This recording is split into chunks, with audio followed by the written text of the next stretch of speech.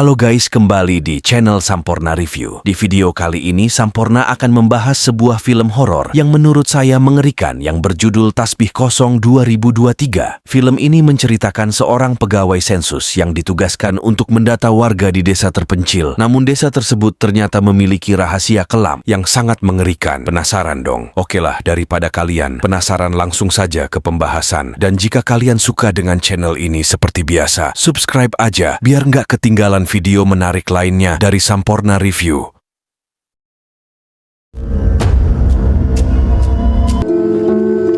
Film ini dimulai dengan dua anak muda, Umar dan Asti, yang bersiap-siap untuk pergi ke desa terpencil bernama Rambas di Sulawesi Selatan.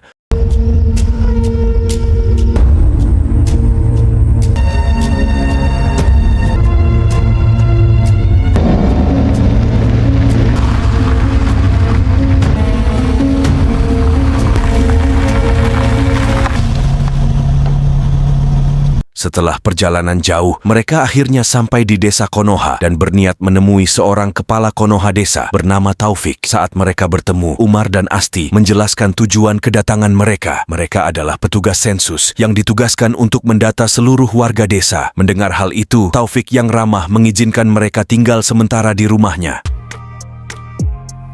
Singkat waktu, malam harinya mereka berkumpul untuk makan malam. Umar yang penasaran setelah melihat foto seorang Mae bertanya tentang keluarga Konoha Taufik. Taufik menjelaskan bahwa istrinya meninggal tahun lalu dan mereka belum dikaruniai anak. Setelah itu, Taufik meminta Umar dan Asti untuk beristirahat karena besok mereka akan mulai mendata warga. Beginilah desa Rambu. Oh iya, sebelumnya... Singkat waktu, setelah seharian mendata sebagian warga, mereka memutuskan untuk berhenti untuk hari itu. Malam harinya, Umar bertanya kepada Taufik, sudah berapa lama dia menjabat sebagai kepala Konoha di desa? Dengan percaya diri, Taufik menjawab bahwa dia sudah menjabat selama 11 tahun dan sedang menjalani periode ketiga. Percakapan mereka terganggu oleh kedatangan seorang pria gemuk bernama Saro yang ternyata adalah pesuruh Taufik. Taufik mengatakan bahwa Saro bekerja untuknya dengan bayaran sebatang rokok sehari. Setelah memperkenalkan Saro, Taufik meminta mereka untuk beristirahat. Di tengah malam, Asti yang baru keluar dari WC terkejut saat melihat penampakan hantu mengerikan di bawah meja.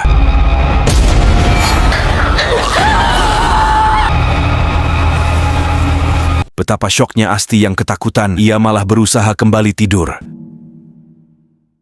Singkat waktu, keesokan harinya, Umar dan Asti mendata keluarga terakhir, keluarga Martina. Melihat kedatangan mereka, suami Martina bernama Matutu menyambut mereka dan mereka mulai mendata. Nggak berselang lama, Umar terkejut melihat anak Matutu yang bernama Rajang.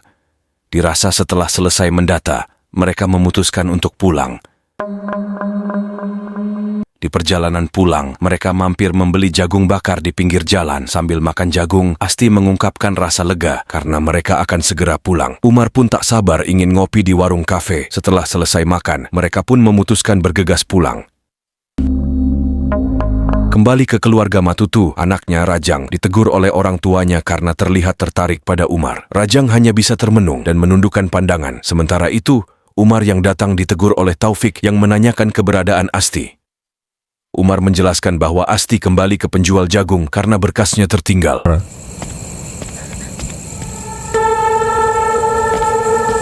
Namun, betapa terkejutnya Asti saat penjual jagung itu hilang tanpa jejak. Dan tiba-tiba, betapa terkejutnya saat melihat sosok menyeramkan di kebun bambu. Sesaat kemudian, ketika Asti menceritakan ini kepada Umar, jelas Umar yang tidak mempercayainya dan menganggap Asti berhalusinasi. Kembali ke Rajeng Kembang Desa yang sedang menyisir rambut malam-malam. Betapa terkejutnya saat melihat hantu bercermin bersamanya. Singkat cerita, hubungan Umar dan Rajeng terlihat semakin dekat. Mereka bahkan berpegangan tangan saat menonton pertunjukan wayang. Dan jelas saja hal itu menjadi gosip para tetangga. Assalamualaikum. Dari kaita temani. Setibanya di rumah, Rajang pun dimarahi oleh orang tuanya karena kedekatannya dengan Umar. Rajang diingatkan untuk menjauhi Umar yang tidak memahami tradisi desa mereka. Ternyata mereka sedang melakukan ritual kecantikan pada Rajang yang sudah mencapai tahap akhir. Sementara di sisi lain, Seorang gadis bernama Dewi merasa heran melihat Saro pergi ke makam dengan membawa sekop. Dewi yang penasaran langsung mengikuti Saro.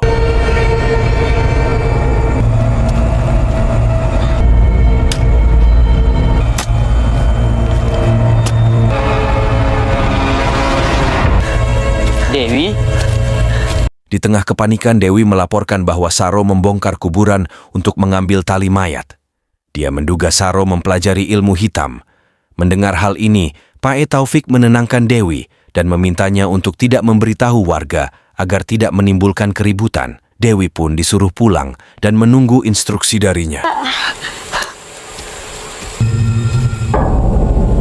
Ternyata Saro melakukan perintah dari si Pak Taufik yang benar-benar licik. Setelah menegur Saro yang gegabah, Taufik memerintahkan Saro untuk mengejar Dewi.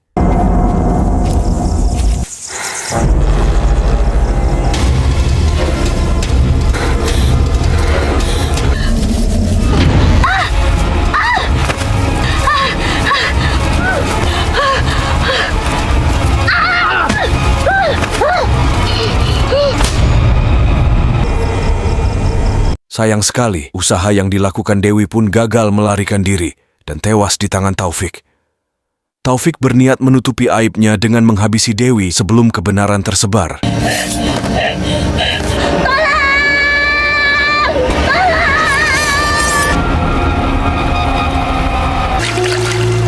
Di hari berikutnya, Rajeng dibawa oleh orang tuanya ke sungai untuk mandi kembang sebagai bagian dari ritual mereka. Setelah mandi kembang 7 rupa, Rajeng terlihat semakin glowing.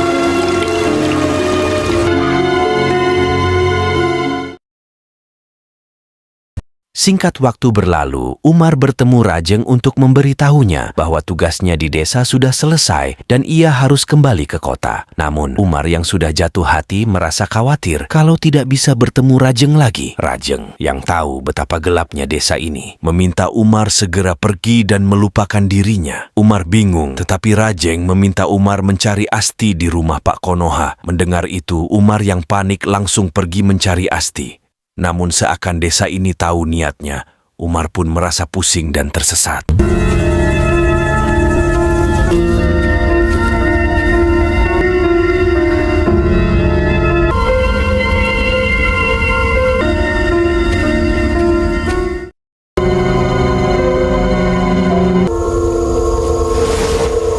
Singkat cerita, Umar terbangun dan heran mendapati dirinya berada di masjid. Pak Ustadz bernama Imam mengatakan bahwa ia menemukan Umar pingsan di hutan saat pergi ke masjid.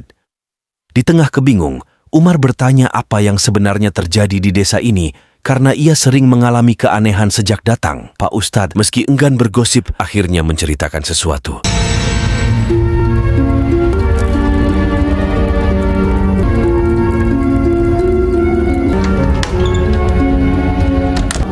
Nyawamu. Ayo.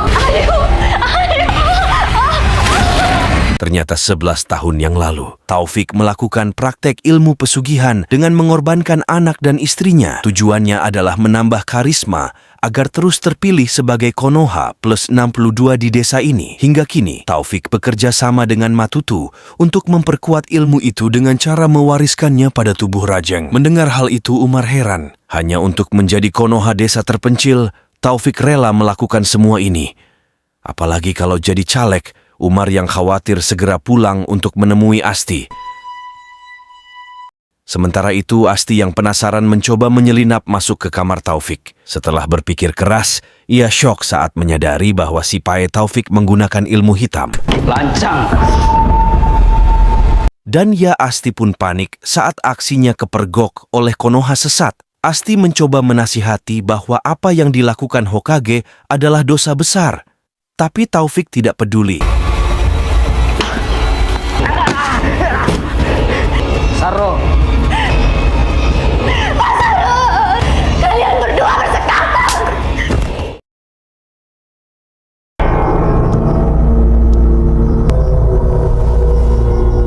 Sesaat kemudian, Asti panik saat dirinya akan dipersembahkan pada junjungan Taufik.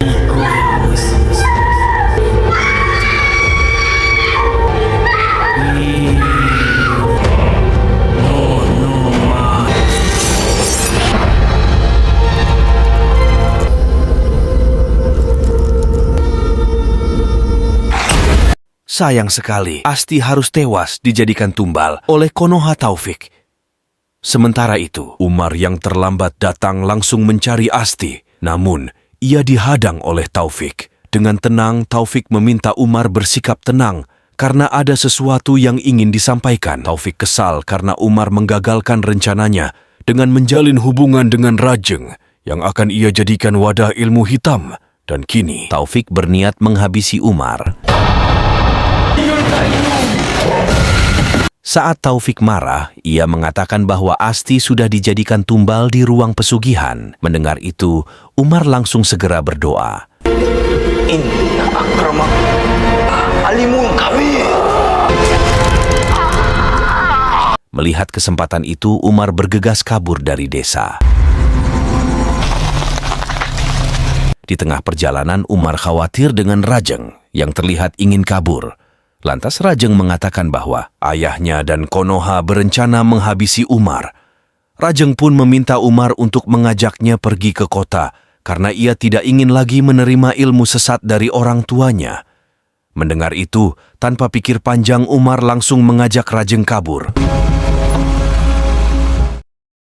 Kemudian scene beralih pada Pak Ustadz yang sedang meruncingi sebatang kayu. Tak lama kemudian, atasan tertinggi dari skuad Konoha sesat tiba-tiba meminta maaf karena telah gagal menghabisi Umar, malah membuat Rajeng pergi dari desa ini. Oh, ternyata begitu. Si Ustadz merupakan atasan Konoha. Mendengar hal itu, Pak Imam kecewa dan meminta kembali tasbih sakti yang ia berikan.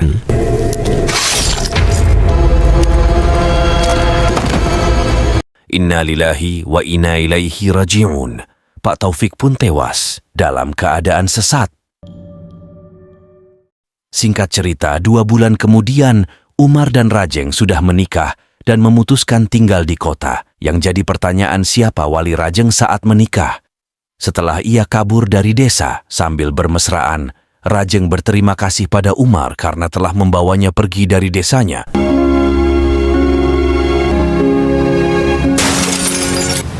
Kamu tunggu di sini.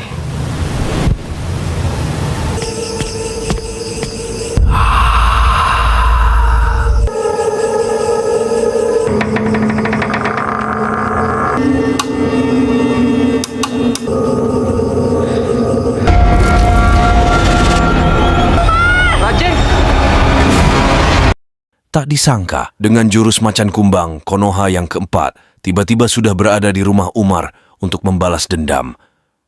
Apakah Umar dan Rajeng baik-baik saja? I don't know, karena film pun selesai.